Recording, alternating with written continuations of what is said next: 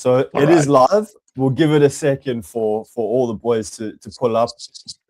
Daddly, you may or may not know this. We usually clock in at about 5 total viewers. So, but it's always good fun. We get some comments and we chat about it, and then obviously it gets uploaded afterwards onto the channel, so people can always watch it later if they want to. But I'm excited. Cam and I obviously started this, I don't know, 4-5 weeks ago, and we just enjoyed doing it. It was a fun way to do the pod, and also made my life easier because no editing or anything had to be done. Just click live, start chatting, and then it uploads itself. Oh, yeah, no, it's sick, bro. I was on the last pod, and I was like, yo, this is a crazy format. I got to get on the pod. I was in the comments last time giving out probably the most horrible bets. I don't think any of the bets I gave out on the pod last time cashed. Then Houston happened, and Houston was absolutely heartbreaking. But we managed to rebuild at the EFC 131 Knox Legacy Series, and we rebuilt again. We have an opportunity to rebuild this weekend as well with the Max Holloway versus Charles Oliveira card too. So I'm super excited for this weekend's event. We've got a few bangers of fights, and I think we've got quite a few underdog opportunities as well. So let's get into it. Well, we'll get into that. I want to ask you. Super appreciative for you guys having me on the show. Dude, it's great to have you. It's great to have you. And I want to ask you about EFC. What were some of the best bets that you threw down there that cashed well? So I had a few. I cashed the Yasin Adams decision. That was at plus 250. It was crazy because everybody thought Adams was going to get the knockout, but I saw, okay, cool. The way that PFA, especially their gym, they're quite brutal if you look at the way that Adrian Sanchez fights, but they're also ready to fight the distance. So I just thought that was quite a clean bet. Then I had Bandu by knockout with Faiz by knockout on a parlay, and that cashed at about 6-1 because the Bandu knockout was already close to 3-1. And then obviously Faiz's knockout was a bit chalked, but I had to take it because I just knew that 5-round fight wasn't going to go the distance. Yeah. No, that's epic. I mean, it was a great card, Legacy Series, great introduction for Cape Town. I don't know if EFC's ever actually been to Cape Town before that, because obviously they're primarily both based at the EFC's been in Cape Town. I remember back in about I think they were here in about 2017, 2016, around about then, but it's been quite a while since they've been in Cape Town. Yeah. So the comeback to Cape Town was absolutely revolutionary. I think we're going to get a lot more events down here, especially seeing that this one was such a major success. Yeah, definitely. And we'll transition that into this last weekend. We'll just wrap up the main event. Obviously, a bit of a shock there with Lonia Kavanagh getting the win over Brandon Moreno. I don't know if you guys expected it. I certainly didn't, especially not by decision. Cam, I'll pass this over to you. What were your thoughts on that one? Yeah, dude. I mean, I really don't think anyone expected Moreno to lose. I thought it was a pretty locked in one that he was gonna clutch it up. I mean, becoming somewhat of a gatekeeper, I guess, now of that division, or like the test for a lot of up and coming guys. But to see him lose like that is like it's pretty shocking. You know what I mean? This guy was ex-champ, he beat Figgy twice, and to see him like fall off, or maybe not fall off, but have this like slow sort of gradual decline is a bit crazy. And it's sad, if anything. I'm not stoked to see one of my favorite fighters like Moreno go down like this. But you know, unfortunately, that's the way it is with MMA, and you know, it is what it is. So yeah, Daddly, what did you have to say about it? Sure. So the main event, I stayed away from that fight betting wise because last fight, Moreno fight, when he fought against Tyro, right? My thought was exactly the same thing. Moreno, he's beat Figgy twice. Figgy's a dog. He was a killer at flyweight division. So obviously, I thought Moreno would be able to stand his pace against Arturo Tyro. But as we know, he got submitted in that fight, and pretty brutally as well. So you started really thinking about the decline of Brandon Moreno. And in the back of my mind, I was thinking, Lonia Kavanagh, even though he lost to Charles Johnson by knockout, that was kind of a fluke loss. And I know his cardio wasn't the greatest in that fight too. But these young green prospects that end up just progressing their game so much. You look at that Peyton Tabit fight after he got beat up by Raoni Barcelos. You look at that fight and you think about the moment that he fought against Felipe Lima in his next fight. And when he fought against Felipe Lima, he just looked like a world beater. And then he went on to beat Henry Cejudo. So I think getting the same thing here with Lola Kavanagh. I think he's improving his game day by day, week by week, and we're definitely going to see him contend for the title. Yeah, I absolutely agree. I mean, I think when one of these hot prospects takes a loss in the octagon, it just makes them better. You know, they learn a lot of things. They learn how to lose, especially someone like Kavanagh lost his O against Charles Johnson. First time he tasted defeat, and it changes you as a fighter, absolutely. So I think, yeah, big things for him to come in the flyweight division.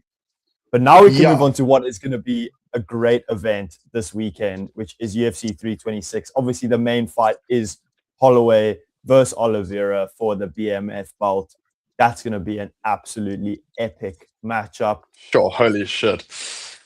Cam, yeah, you got some things to say about that one? What you feeling? I got a thing or two to say about this. Obviously, we have a rematch on our hands here, but I mean, how long has it been now? I mean, it must be like 8 years or something like that since they last fought each other.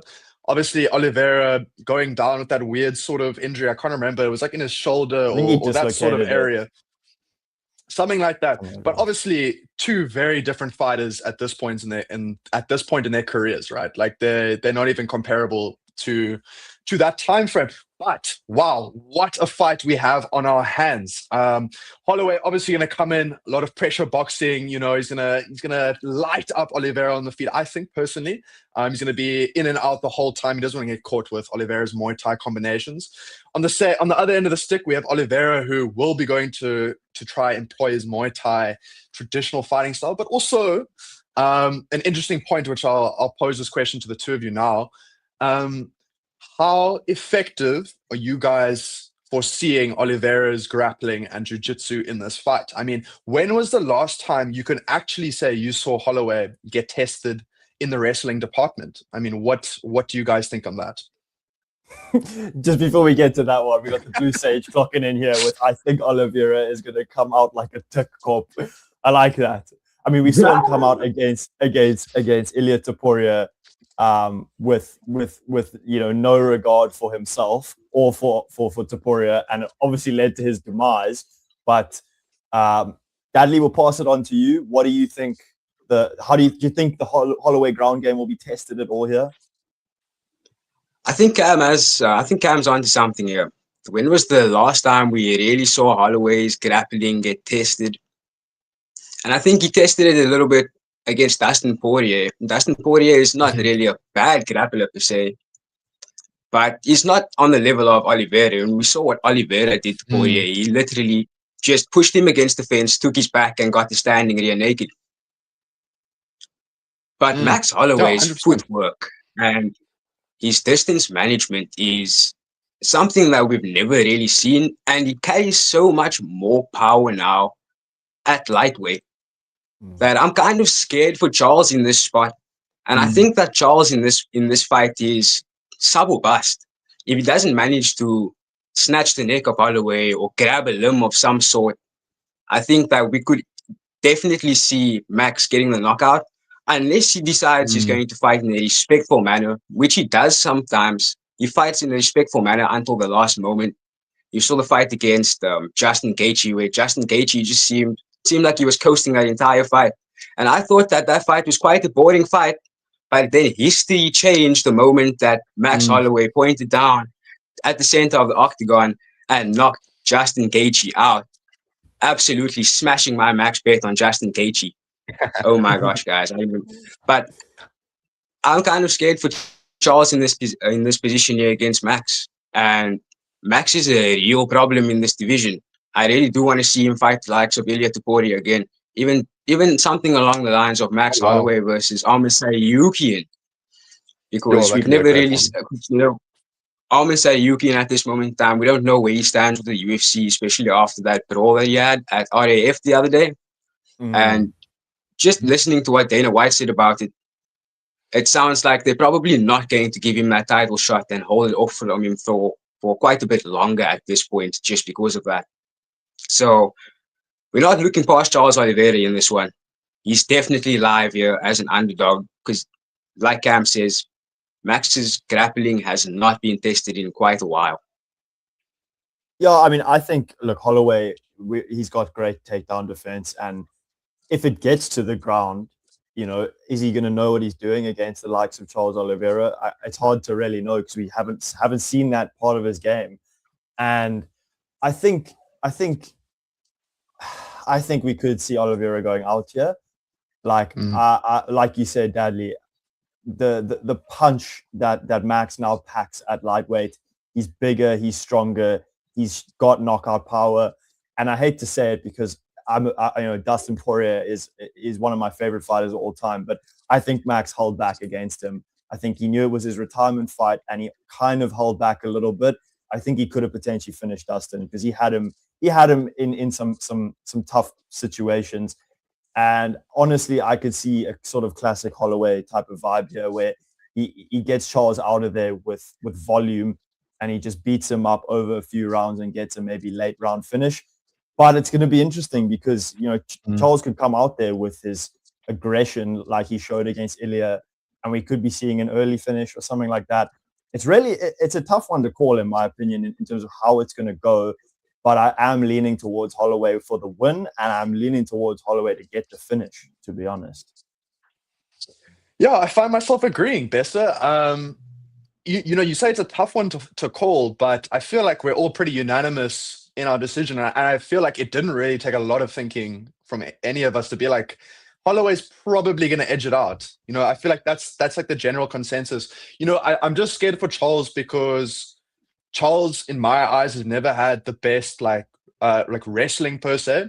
Hasn't had like the best takedowns and anything and everything like that. So my question is like, how is he even going to get close to Holloway in the sense to land a takedown, get him on the floor, and do what he wants? So that'll be tough. But I think Holloway is just going to distance manage him perfectly. He's going to land his combinations all night. And like we said, I think Max Holloway isn't known for his finishes. Yeah, he flatlined Gaethje, but I feel like he could really put Oliveira out, and that's my thoughts on it. So to finish off the chat on this fight, I'll pass over to our betting expert, Daddly, and ask him, what is your favorite bet or bets for this one here? Look, the lines haven't dropped yet on our side. Yeah. But I'm thinking, like Cam said right now, Max Holloway is not necessarily an early finisher.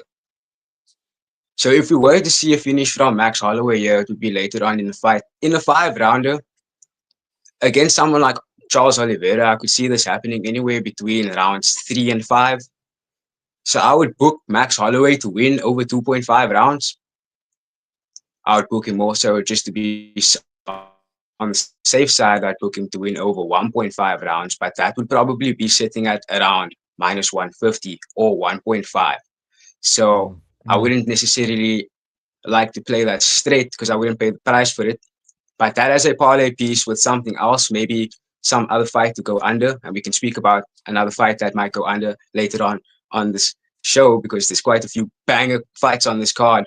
But definitely, my official 2 bets for this is going to be Max Holloway to win over 1.5 and Max Holloway to win over 2.5 rounds. I like because it. ultimately, I could see him getting the decision, but at the end of the day, he could also get the finish later on in this fight. Absolutely. And we can move straight into our co-main, which is another banger coming out of the middleweight division. And it's two fighters coming off a loss, which is Caio Borralho and Reinier de Ridder. Obviously, Borralho coming off his loss to Imavov, if I'm not mistaken. And then RDR obviously coming off his loss to Brendan Allen. Yeah, Brendan Allen. So the interesting one here for me is was that one against Brendan Allen from RDR just a case of too many weight cuts, too many fights in a short span of time and it killed his cardio?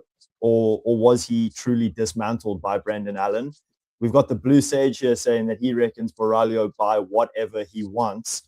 Damn. I'm struggling to take a pick on this one. because I think it's a really close matchup. Cam, let me hear your thoughts.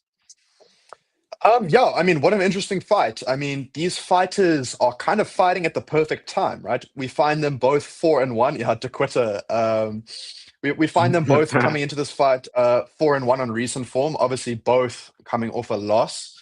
Kai's loss probably a bit more respectful or respectable than RDR's loss. I mean, dude, tapping on the stool is just like, it's just never a good look. Hey, it's just like you look at it and you're like, wow, does this guy have what it takes to reach the top echelon of the UFC, become a champion or anything like that? Personally, I think that Kai has such a high fight IQ. I think that he's going to take that loss against Imavov pretty hard. I think he's going to be like, I need a lock in right now. And I think that he's probably going to edge out, knowing Kai, a decision win against RDR.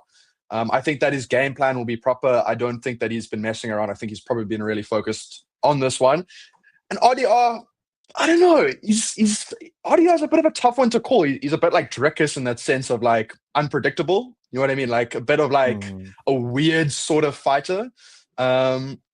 I just think that Kai is gonna edge it. Yeah, Soldier of God, not his first time quitting. Facts. He also quit and won, if I'm not mistaken. So me personally, I have Kai outworking him to a decision. I think if he avoids those clinches by RDR, he's probably got a good chance of winning. Daddly, what do you have to say about this? Absolutely agreed. Now, one thing to take into consideration here is RDR in his last fight coming into the fight in the worst shape of his career. Just absolutely abysmal gas tank, absolutely fatigued in all of his muscle fibers and lacking a lot. I don't know if you guys have seen his interview on Submission Radio, but he speaks not in depth, but pretty vaguely about all of his health struggles leading up to the fight, the Brendan Allen fight, and also health struggles after the fight, in which he didn't understand what was happening to his body, and he was seeking some help from the guys at the UFC PI, and he says he's feeling like he's in great condition for this fight and coming out better than ever. So this, like I was saying once again, does remind me of something very similar in Dricus du Plessis' career, where everybody said his cardio was trash, and then he got his nose fixed, and he came out there a new hybrid of a fighter, 100% oxygen Dricus du Plessis, and absolutely mauled his way to the title. So with that being said, though, I think that anywhere on the ground, Kyle Beraldo's got the advantage over here. I think physically, he's going to be able to impose his will more on the physical man himself in René de Ridder. And when you look at how both of these guys fought against Brendan Allen, because yes, both of them have fought against Brendan Allen, but one of them wasn't at MMA. Brendan Allen and Kyle Beraldo actually grappled with each other in the Karate Combat submission pit. And Kyle Beraldo was throwing Brendan Allen around. And yes, René de Ridder was mauling Brendan Allen in the first round of that fight. But we don't know if we can trust René de Ridder's cardio coming into this fight. With this fight being a 3-rounder, and sorry, I'm rambling on, I can talk about this for hours, but with this fight being a 3-rounder, it is in favor of René de Ridder. But if he does come in with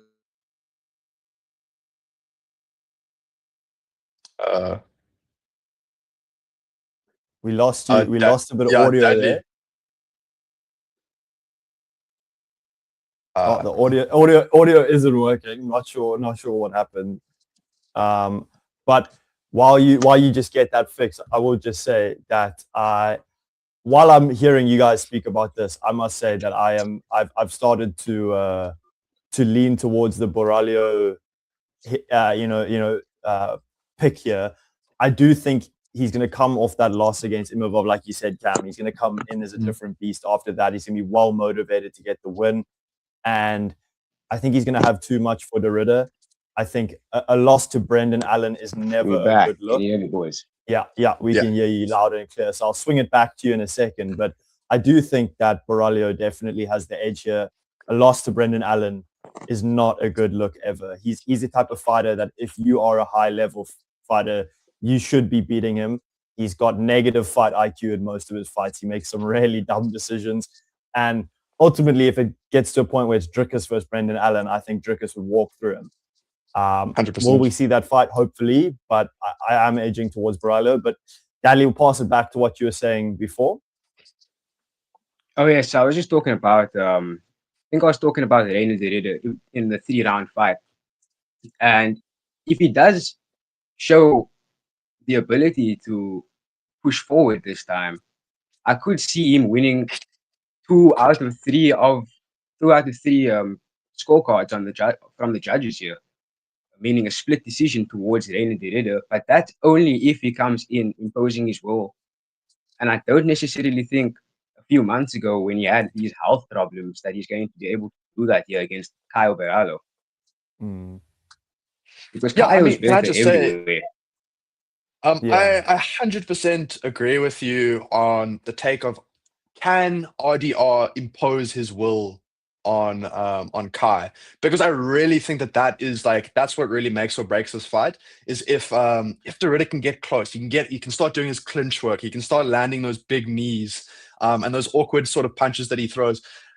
If he can't do that and Kai comes in with a perfect game plan to literally just nullify him, like, I don't know what he would do. Like, I'm not an MMA fighter, but like sticking on the outside, not letting him impose his will like that, I really think that Kai could walk him like pretty easily. But if Derrida can do that, then I think we have a big fight on our hands here. I think no matter Personally. what, I think we're in for a good one. Like, I think I don't know how it's going to go in terms. I can see a finish on the cards for Baralho here, but it depends the sort of strategy he takes going into this fight. And obviously, Derrida might have something to prove.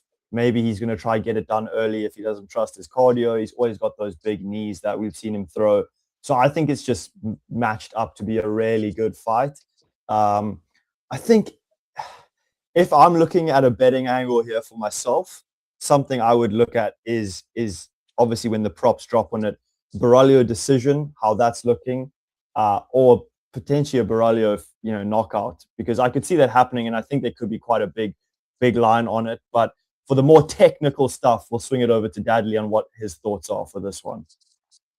Look, I think this one's going to surprise you a little bit. With my pick being Baralho, because I'm pretty sure that he's better everywhere, and I'm sure that he'll be able to push through for at least 2 of the 3 rounds. I'm definitely a believer of this buy low spot on Reina Derrida. So my official bet's going to be Reina Derrida on the money line, because he's actually quite a major underdog at this point. And I don't agree with how wide these odds have become at this moment of time, because if Reina Derrida wins 7.5 minutes of this fight, we could see him, like I said, getting the split decision on the scorecards here. And at that price tag, I'm not going to say no.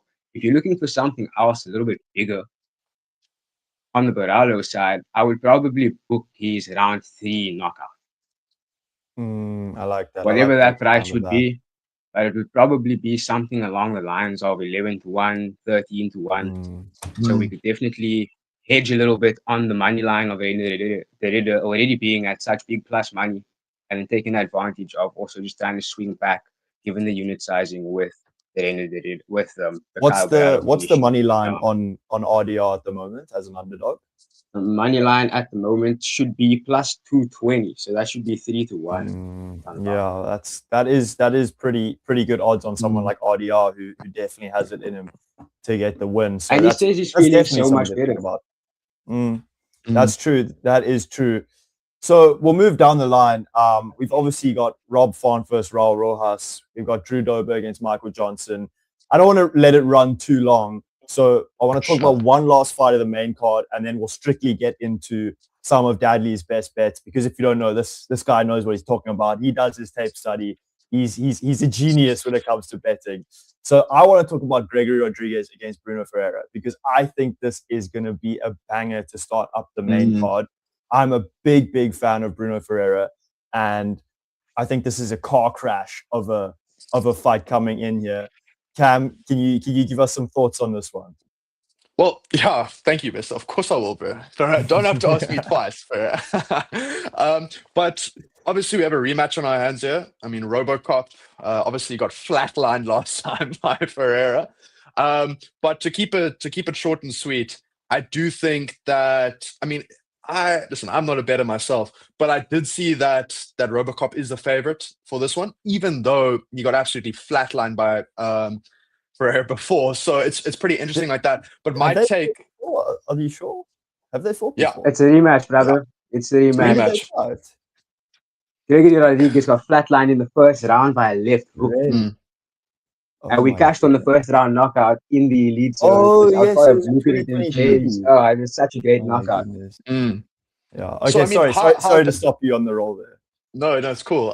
So I mean, how that one went down, I thought that Rodriguez, bro, he just kept his hands down that whole fight, like pretty much asking for a massive haymaker to just flatline him. Um, and I think that if him and his team have half a brain cell between all of them, they've drilled it into him to not just like run so loose with Ferreira, who has put him out before. So I think that his game plan will become different. I think that RoboCop is probably the better fighter with a better chance. And I think if he fixes his game plan, which he should do as a professional UFC athlete, I say that because we've seen it before where you're like, what the fuck are you doing, bro? Like you've just made no changes. But I have Rodriguez by knockout, personally. I think that he's going to make his changes. I think he's favorite in this fight for a reason. And I think that's what makes most sense to me. Dudley, what are your thoughts? So I think me and Cam are on opposing sides of this one over here. Ooh, We've got a bit of variance between us on this one. But I think that the recency bias is baked into the line of this fight. And fair from a enough. betting perspective, because just looking at this from my betting lens, RoboCop came into the last fight as a minus 200 favorite. In this fight, he's actually lined at a minus 160 favorite. So he's a little bit shorter of a favorite in this fight, but still favored by the bookmakers and still favored by the majority of people on Tapology as well, as I'm seeing over here. But in his last two fights, he's beaten Roman Kopylov by decision. He's also beat Jack Manson by brutal knockout. And then his only loss in recent history is that KO loss to Jared Cannonier. Now, I don't want to play MMA math, but I think that Bruno Ferreira is a tank that's got a massive chin on him. And we cashed his decision in his fight against Marvin Vittori because I just thought that, yes, he's a power puncher, but he's not going to knock Marvin out. At the end of Vittori the doesn't day, get finished. That doesn't happen. 100%. At the end of the day, I think Rodriguez, as much as he has made changes in his last couple of fights, he does tend to get hurt in almost every single one of those fights. As much as he edged out the decision against Kopylov, as much as he beat Jack Manson by a brutal knockout, he still does leave his chin open far too much. And I think at this point in his career, it's muscle memory. And against a Mm. power puncher like Bruno Ferreira, I think I'm going to have to play him by knockout in this one once again. And we know most of the times, I think it's about 60 to 70% of the time, rematches go completely different to the first fight. But I think this is one of those rare cases where we get to see almost exactly the same thing happen here. So I've got an interesting one for you because I'm with you, Daddy. I'm high on Bruno Ferreira. I think he gets the Nice. win here. That's where my pick's going. I've been a big fan of his for a while. I love watching his fights. He is one of the most entertaining. And what are you thinking? I don't know what the line will be when it drops, but on a little Bruno Ferreira submission here, because he's got that in his locker. And I think something like a little club and sub could be a bit live because Gregory Rodriguez can obviously take a couple punches, could get knocked down, and then Ferreira sort of finds a submission. He's quite dangerous with that. I think there could be quite a good line on that. Obviously, looking at the last fight, how he brutally KO'd Rodriguez, you tend to want to lean more towards that. But in terms of a value perspective, I'm feeling a bit cheeky and looking at a little club and sub submission for Bruno Ferreira. Bro, I ain't gonna lie, but I don't think it's value, dog. I won't lie. No, because say it I how think it is. I think that Gregory Rodriguez still has far better grappling than Bruno Ferreira. So if this does decide to go down to the mat, I can see Gregory Rodriguez landing some elbows, cutting the face of Bruno Ferreira, damaging him up, making him uncomfortable. And then eventually he gets the knockout side on his side. So I think an official play from a betting perspective, if the line is not too chalked up, would be to play this fight to end by knockout. I think that's a good one. I mean, I think probably there's real value. I think there's real value on that one, and I can definitely see it happening with two guys like this who are going to just give it their all. And I just need to address this comment here from Soldier of God. We need to get Robbie out here. His homework is elite. And he knows something we don't. Let me tell you something about this guy. He is just lucky. I don't know what exactly. it is. This guy is just lucky. If you have seen the group chat text between this guy and us, he just throws something out there and hope it sticks. I promise you, he is not doing any flipping research, and it is bloody pissing me off that he keeps winning. I don't know what it is. It's the money spread. It's the money spread that he keeps winning. But I'm super excited for this card. Joe just chose Bobby, and it just happened to cash. No, it actually pissed us off. No, I'm sorry. It has to be said. It actually pissed us off. Dude, he just tunes in the group chat. He's just like, Oaks, I'm feeling Bobby. Like, what? I think it's just going to happen. Dude, that was his research. That was the research. That's all the research and homework he did, bro. Dude, it was fucking bullshit, bro. And then it just hit also by KO. I was just like, oh my fuck. If Robbie was a betting man and he put it on Bobby Green, he would have made himself a good fortune, I'll tell you that much. But Daddly, obviously, without giving away too much, because I know you like to advertise your bets. Anything else you're looking at here that you think could have some good value for the night? Look, I don't understand why Chiwiwis is such a major favorite over Rob Font. That's something that I will say. I know Rob Font. One thing about Rob Font is he gets taken down in every single one of his fights. So the question isn't, is Chiwiwis going to take him down? I can kind of compare this fight a little bit to the Luke Michael versus Pandu fight. If Chiwiwis can't take him down, he's gonna have a rough night on the feet, because he's striking, as much as he might be young and green, and his striking might be improved since the last time we saw him out there. I don't have that much stock in his striking, where Rob Font has held his own against fighters like Jean Matsumoto. You understand what I'm saying? And Jean Matsumoto is on an absolute tear in the division at this moment. So when it comes down to it, I think that on the value side over here, Rob Font is almost a 3-1 underdog at this point. That's some serious value over there. Yeah. I think I agree with Blue Sage over here. We could absolutely see Chiwiwis get slimed out in this fight. But I would tend to say that maybe we see this come round 3. So I would play an official round 3 or decision for Rob Font. As he's already an underdog, that would be a great play at some very good plus money. I think it'd be 4-1 for the round 3 decision. So I think I'll book that. That's some good shit for the Rob Font versus Chiwiwis fight. Yeah, I agree. I was also quite interested to see how big of an underdog Rob Font was against him, because obviously he's been in there for a long time. He's getting a bit, older, but I think a lot of recency bias towards Raul Rojas. He's just got a lot of hype behind him. He is good, obviously, but I think this is a big, big test for him, and I think there is some serious value in Rob Font. Obviously, we've also got Michael Johnson against Drew Dober, which is going to be an interesting one. Is it really, bro? I don't know if there's going to be much value in playing, because for my bet for this one, I would think of sort of fight ending by KO, TKO, but I don't think there's going to be much value. I just don't think there's going to be much value in that, though, because I feel like it's maybe you got to parlay. It's going to be chalked to the max. Maybe you parlay that one with Bruno Ferreira and the Gregory Rodriguez ends by knockout. Yeah, I think that's the best way to get value on it, because I think otherwise it's probably going to be sitting around that sort of minus 100 sort of mark. I don't know if you'll even get plus money on that fight ending by KO, TKO between those two, to be honest. And then if you really wanted to get a little bit more chalky with it, you add that Dante Johnson to slime Cody Brandage out. on 6 weeks Mm. notice. Yeah, Cody Brundage. I agree. I agree there.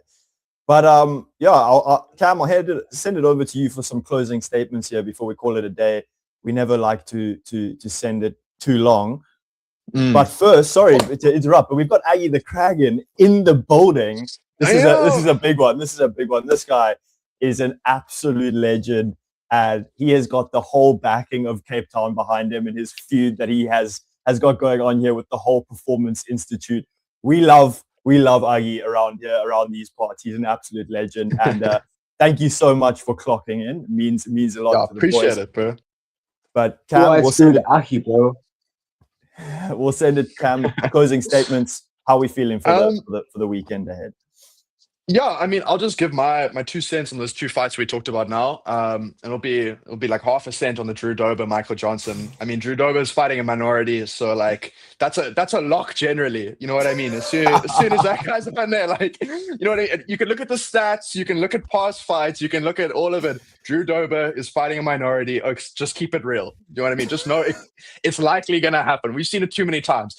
As far as Rob Font versus Chiwiwis, I think that could be a very interesting fight. I think it's a tale of 2 stories.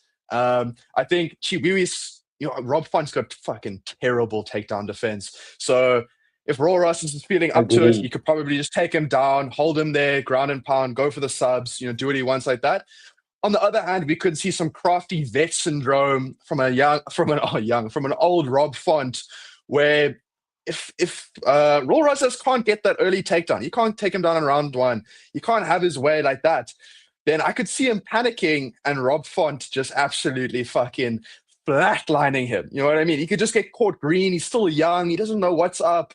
If he starts panicking, bro, it could be absolutely tickets. But like I said, that fight, I only see it going those 2 ways. But who knows? Maybe Raw Rosas has been training and he's improved his striking. But like Daddly said, like, I have never really seen anything impressive when it comes to his striking. So yeah, and then as far as the whole card goes, I've seen a lot of people saying that this doesn't feel like a pay-per-view. It feels like a fight night or something like that. I tend to disagree. I think the main card is okay. I wouldn't say it's like stacked, but it's got some interesting fights. It's got some cool fights. I personally am looking forward to this card. And that's how I'm feeling. I don't see the whole thing of fight night. It's not that big of a thing. I think it's going to be a great watch. What do you guys think on that one? Daddly, over to you. Closing statements. How Bro, you feeling? You know me, bro. Any UFC card, any LFA card, EFC, PSW, Octagon, anything that I can get some bathing action on, I'm going to enjoy watching it. And that's just the method of how it is. I'm a huge fan of MMA. I'll just watch the sport until I die. So it's for the sport. For me, it's just about MMA, bro. And it's just amazing that we get to witness this UFC running their 326th event in front of our eyes. You know what I'm saying? I think fans are too greedy sometimes. I think that it's a nice one. I'm excited to watch every single fight on that card, it's really especially the main card. And Besta? And yeah, no, I mean, I agree, bro. Like, even looking at UFC Mexico, people were complaining that it wasn't a good card and things, but it delivered. It delivered banging fights, finishes, and I'm just excited again. Like Daddly said, it's MMA. It's another weekend of getting to watch the sport, which is what I'm grateful for. Every time Saturday comes around, or Sunday morning rather, it's fantastic to watch. I'm so excited. Best day of the week, absolutely. Chance to get in on some betting action, which is always fantastic. Sweat some fights a little bit, the early prelims and whatnot. But I'm super keen. I think it's going to be a banger. I think we've got some fantastic fights lined up. And to end it off, as always, shout out to all the boys, all the buggers that pulled in the chat. Blue Sage and Soldier of God, long-time loyal members of the channel and of the live stream. Absolute legends for clocking in, as always. Great to see Aggie the Kraken logging in as well. Absolute legend. And I saw a couple other viewers came in, maybe didn't comment, but thank you as always. And then extending the thanks to Daddly for rocking up. It's so good to have you. First time on the pod, and definitely not going to be the last time. Always good insights from you, whether it's breaking down fights or giving betting advice. You're a legend, my brother. So good to have you on here. And yeah, that's all I got to say. Thanks, guys. I appreciate you for having me on the show. It's been sick. Definitely not going to be the last. Let's just cash this weekend. Let's do our best. I got some more tape study to do for the rest of this card. Let's just crack it. Another week, another opportunity. If we fail this time, there's another. I think there's another 42 to 45 weeks of this left for the rest of the year. We go again. We go again. Yeah. Let's go. We just pray Luke Michael doesn't get you, brother. That's the only thing we pray. I'm all safe, though. Willing, bro. I defeated the middleweight champ of the UFC, bro. I'm the new middleweight champ. Let's go. You said that guy that can't where's see, my bro. power? Light work. Where's my power? Well, that wraps it up. That wraps up this week's Fight Scene podcast. And it's been lovely, boys. Thanks for coming. Check you in the next one. Cheers.